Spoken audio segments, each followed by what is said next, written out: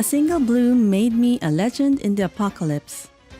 She used to be nothing more than an ordinary florist, and her happiest moments were simply watching customers smile as they took their bouquets. Then, a sudden vortex ripped her from her peaceful life and dropped her into a barren, zombie-ridden apocalypse. Only there did she discover the power she'd never known she had. Black blood splattered as she staggered back, breath shaky. The zombie in front of her had a thorny twig jammed into its eye socket, bits of flesh still clinging to the bark. It was a gruesome sight. "Don't be afraid," she whispered, wiping the blood from her face as she comforted the trembling Sunny behind her. Sunny was the first companion she had ever grown in this world.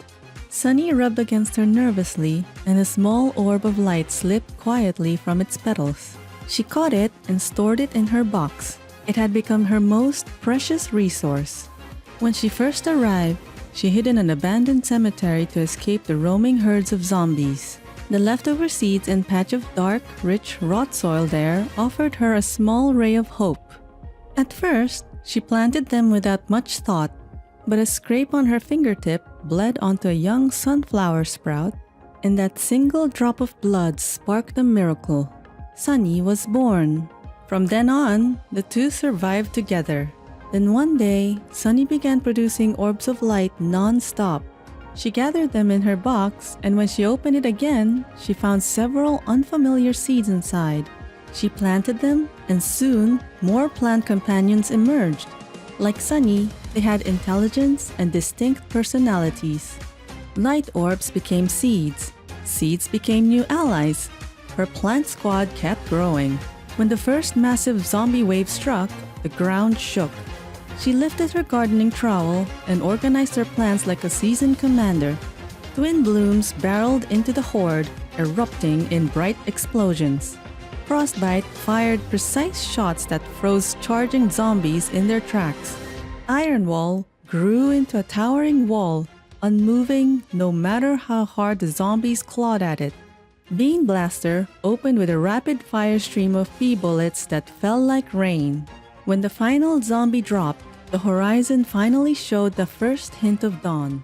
But before they could breathe, a second wave came flooding in.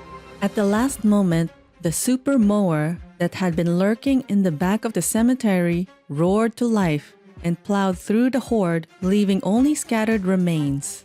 Today, her statue stands in the center of the city, a woman holding a garden trowel surrounded by the plant warriors she raised.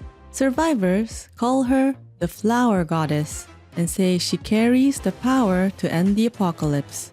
They have no idea that this savior is currently stressing over a shortage of rot soil. "Ma'am," Sunny cried, "a zombie king appeared in the north." "I'll go spray it for half an hour," the upgraded Bean Blaster shouted as it dashed outside. Who says a florist can't save the world? In this apocalyptic garden, she's unstoppable.